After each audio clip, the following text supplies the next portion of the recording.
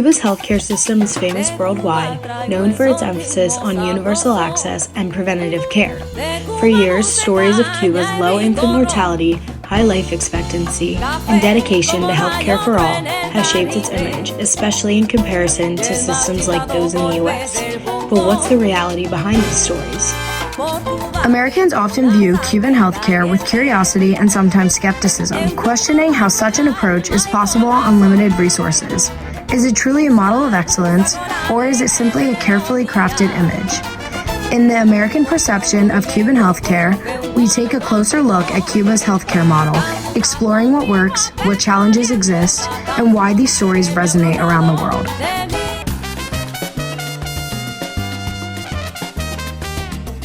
My name's Tommy Bennett. I'm a senior in college, and I would say my experience in Cuba is pretty limited. Though my sister did go, and she said that it was kind of cool. Hi, my name is Andrea Campadonico. I'm a graduate student, and I lived in Cuba for 5 to 6 years when I was little. My name is Lakeisha Whitehead. I work here on utility. I have no experience in that. I don't know anything about Cuba. Never been. Want to go.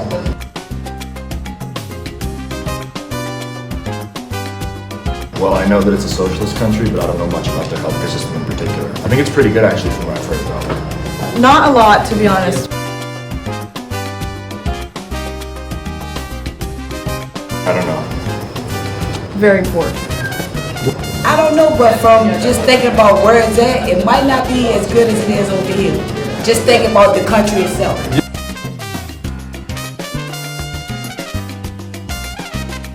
Yeah. Yeah, I will.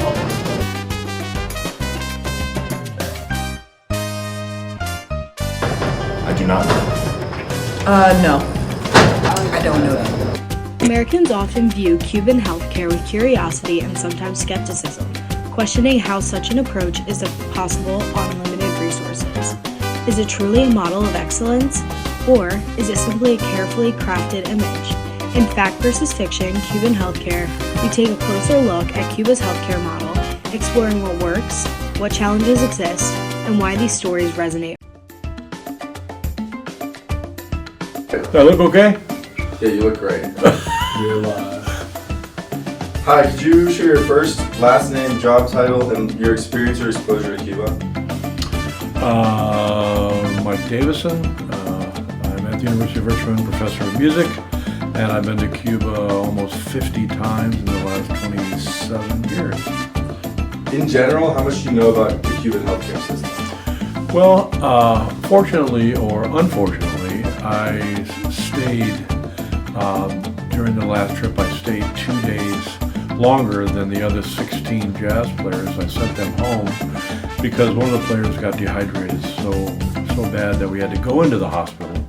So I was able to really experience the socialist way of dealing with healthcare and crisis. How would you compare the quality of Cuban healthcare in comparison to the U.S.? Well, it's always a matter of economics, finances. So they have everything taken care of for them. So they don't pay anything for healthcare. They have one doctor for every block in their city.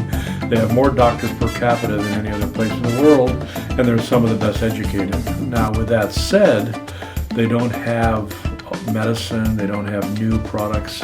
So when I walked into this facility, this hospital, kind of like Doc in a Box, the room was pretty Spartan. They didn't have any blinking lights, no machines. The finances through the government, which pays for everything, only has the necessary items, and they haven't upgraded in a while. So really smart doctors, really great healthcare, but they have to resort to a lot of different homeo remedies or other remedies because they don't have a lot of the medicines.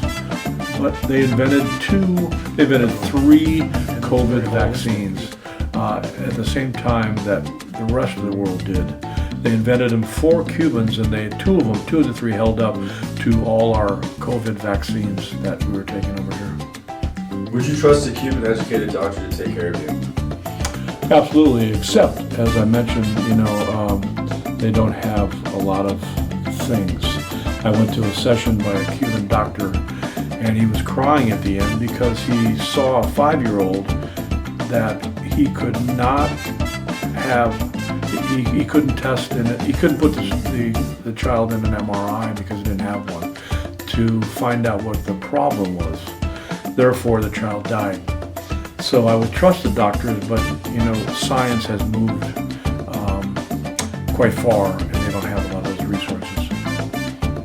Do you know whether or not everyone in Cuba has access to healthcare? Everyone does, yeah. And it's very holistic. You'll see doctors go to a place and sit down an hour before, spend the whole afternoon with them, and say things like, are you still smoking? I know I came to check on your cataracts. Are you still smoking?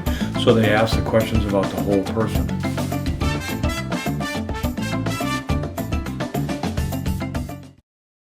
My name is Tim Smith, and our guest today is Dr. Marcelino Feal. Dr. Feal is an experienced surgeon from Cuba and has been teaching medicine for 33 years and has published numerous textbooks and papers.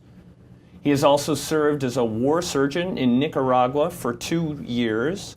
He is a member of several leading associations, including the Cuban Society of Surgery and the Latin American Federation of Surgeons. In addition to practicing medicine, Dr. Feal is an accomplished writer, having written shows for TV, radio, movies, theater, and cabaret for 39 years. In today's episode, Dr. Feal will share his insights and experience of the Cuban public healthcare system, which is often considered a model of excellence and efficiency despite limited resources. Dr. Feal, thank you so much for coming in today. It is a pleasure to be here.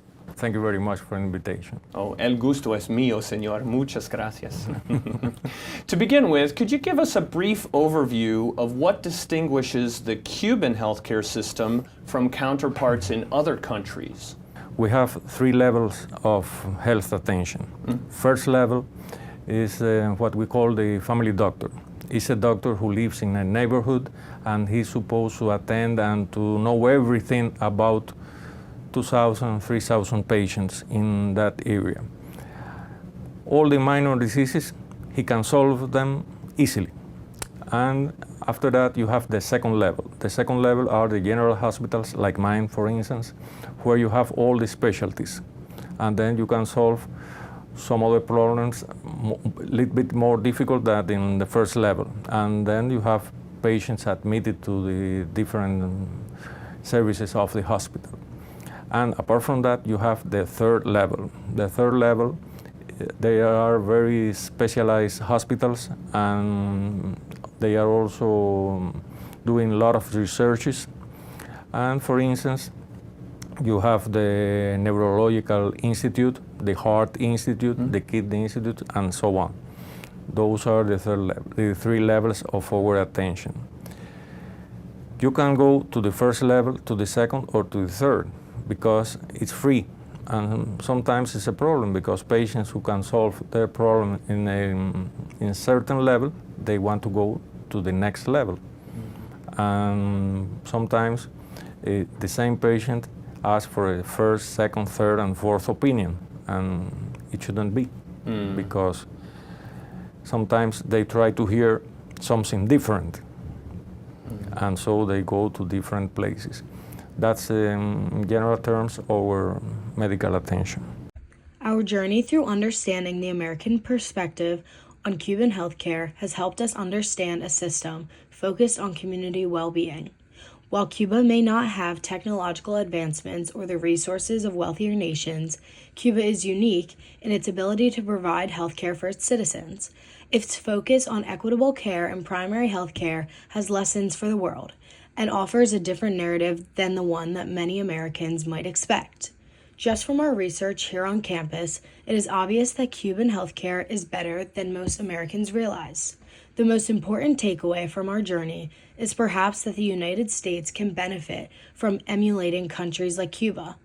The world has so much more to offer than most Americans expect. How might we change the way we care for ourselves here in America?